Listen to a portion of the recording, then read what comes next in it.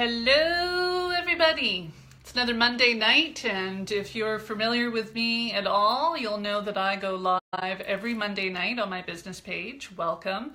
My name is Andrea Hill. I'm a conscious dating mentor and love coach, and I'm here to make your dating and romantic life easier, more joyful, more enjoyable is really the key to all the work that I do. And tonight I wanted to talk to you specifically about how oftentimes we make ourselves wrong when things in our romantic life don't go right. Now, if you tuned in last week, I had a fairly lengthy discussion about my feelings surrounding the word rejection and what that really means in our dating experience. You'll know that I much rather use the word liberation. Rejection has so much negativity and shame attached to it, and sometimes it's easier to shift our perspective to one of positivity and support when we can use different languaging. So anytime I talk about things not working out, it's always for a reason. There's always a gifted lesson in there. And when things end, if we can look at it from a perspective with a lens of love, that it's actually our opportunity to liberate ourselves or be liberated, to be available for something that serves us and fills us up and brings us more joy. We date and have people come into our experience really as an opportunity to grow our souls, to grow as human beings. And if we can look at each experience that way, we are much better for it. And it allows the situation of liberation to be more liberating when we can look at things through that lens.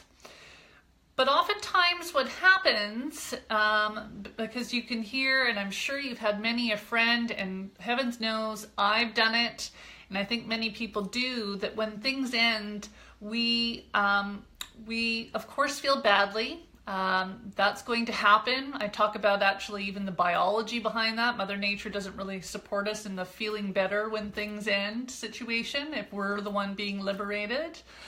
However, we actually worsen the situation when we start using judgment, or the critical mind hops into overdrive looking for ways to substantiate or reason why things came to an end, that there must be something wrong with us. And it is a slippery slope down into devaluing ourselves and whittling away at our self-esteem, which serves no one, most importantly us. So I wanted to share with you tonight that actually when things don't go right, meaning they're not going to continue for us, how we can actually look at it as a means of getting more right with us. So the body's a beautiful thing. It tells us a lot of the time when our experience or the people that we're spending time with or investing our heart space in is off or wrong or out of alignment. It'll show up in our body. Again, our critical mind or thinking about how things aren't really going right or don't feel good starts to consume our everyday. And if we gallop along with that line of thinking and start to diminish ourselves or overcompensate for something we perceive as being wrong or bad about us, it actually makes the situation much worse. Instead, what I want you to think about it as an invitation to get reflective and curious about where those unbalanced or unhappy feelings are coming from, which truly are at an origin of fear, and where that fear is coming from, and how we can go in and nurture ourselves to shore up that part of ourselves. The only person that can really make us right is us, and that relationship is vital. So I don't want, when things come to an end or become challenging, instead looking at it as an invitation to tear ourselves down or feel the need to prove ourselves, instead it being an invitation for us to shore up what's right within us. And how we can do that is asking a couple of questions and really getting clear with our relationship with ourselves. So who are we? That's a big sort of philosophical question, but really at the truth and value of who we are. What do we really love about ourselves? What makes us great? I do this beautiful practice with the people in my Create Your Love Story program called the Gift Circle. So if you struggle off the get-go, which many people do, because we're oftentimes told, don't get too big for your britches, or, oh, well, don't you think you're that all that in a bag of chips, like it's a bad thing, that we diminish or don't allow ourselves to shine or celebrate who we are because we think we're going to be judged or punished for it. I certainly can relate to that, and what I've learned is it's a whole lot of hoo-ha, and there's nothing wrong with owning your light and standing in your bigness, as long as it's not diminishing anyone else. It's actually a very powerful place to be, and that's you standing in your power when, quite humbly, you can own the beauty of who you are. So really getting grounded in what that looks like and developing and nurturing the relationship with yourself so you have that clarity.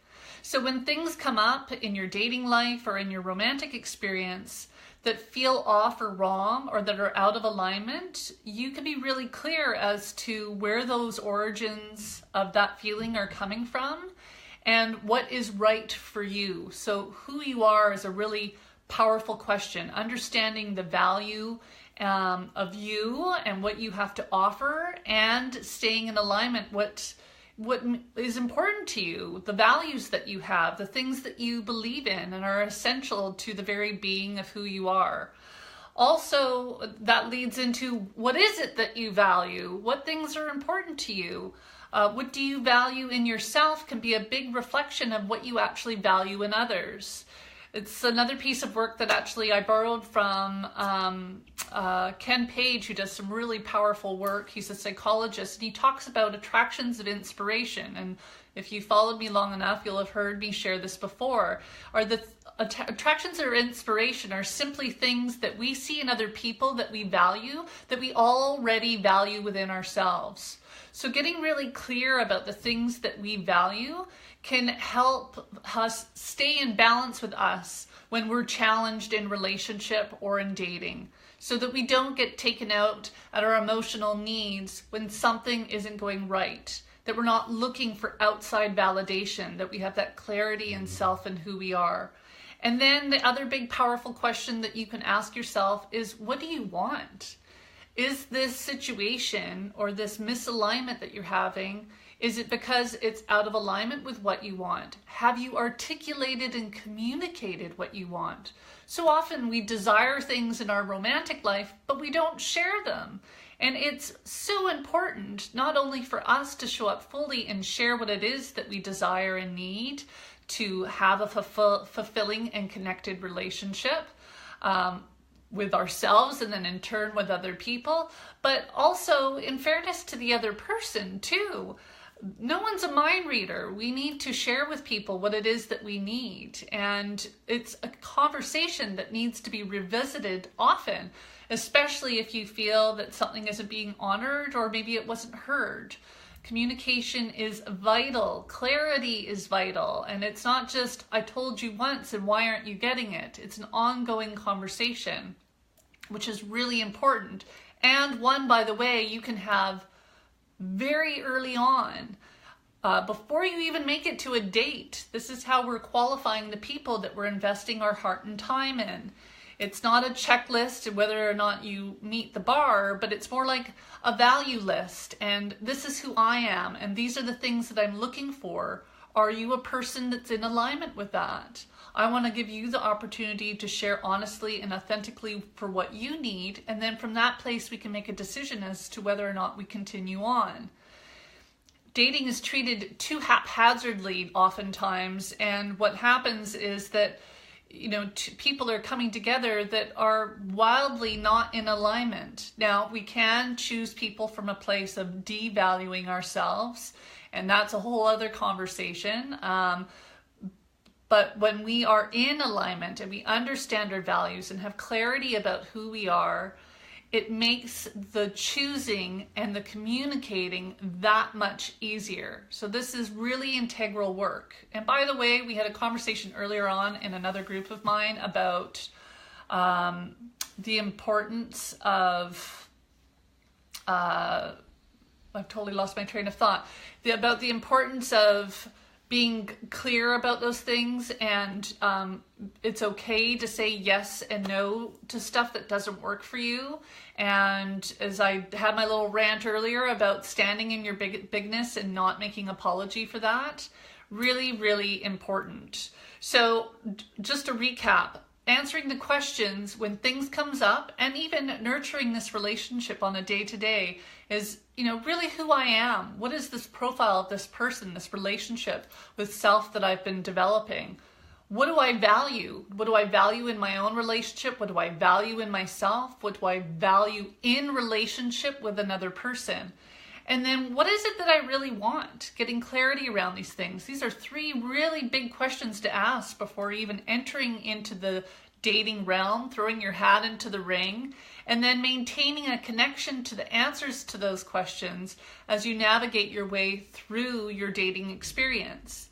Using each situation, whether it be liberating yourself or another, or staying in union, to stay in resonance with these questions so that you don't fall trap or victim to when things don't go right, or when you do bump up a resistance, an opportunity for growth or departure, that you're doing it from a conscious, self-honoring way, and in a way that honors the other person as well. So something I wanted to share that I wrote down, and I shared this with my group earlier tonight. I go live in my women's community group, which, by the way, sorry guys, I don't have anything just for you right yet, but I do a lot of one-on-one work for you. But I do have a community group for women that's a safe space for not only my alumni that graduate from my Create Your Love Story program can graduate into to continue to do the work, because the work never ends. And I think that's the point where I lost my train of thought I was going to make earlier, that you don't do this stuff and then ta-da, everything's hunky-dory. It's an ongoing, nurturing process to continue our growth. We have experiences every day that are an invitation to grow and evolve. And how much we allow ourselves to do that, or bump up against it, or make us wrong, that it becomes more challenging. So having a space to have the support of not only the support from me, but from the other community members is really, really valuable, because you can feel very alone when you're dating. So having that space. So any of you that are interested in that can always reach out. It's my Create Your Love Story Master Love group. I'll share the link maybe in the comments for anyone that wants to join. And it's really a space for the people that are wanting to do this meaningful work. So what I shared earlier with my group was this: we make ourselves wrong when it doesn't go the way that we want it to. Fault doesn't need to be the focus. It's not even the point. It's deciding what's right for you. And when you do that, more of it shows up. And what I mean by that is, when we have a breakup or a breakdown, or someone gives us a no when we were wanting a yes, it's not an invitation to look at fault in us, or even seeing the fault in what happened. It's instead bringing it back to getting into resonance with what's right for you. So sometimes we're even liberated from situations that aren't right for us without us being a participant in it. When things end, it's an opportunity for new beginnings. And without sounding cliche or too Pollyanna about it, it's really the truth. And I know for myself, when I started to actually embrace that as a truth and trust and surrender into what was coming for me now, and that it ended for a reason, life became much more enjoyable and easeful. My romantic experiences became more easeful. You don't want to strive or push, or most importantly through this conversation tonight is I really don't want you to make yourself wrong. I want you to look for the places where you can make yourself right, where you can grow, where you can learn from each experience. that you're making choices from being in rightness with you, being in alignment with who you are, what you value, and what you want is really, really key. And I hope that's the biggest thing that you take away from tonight's live.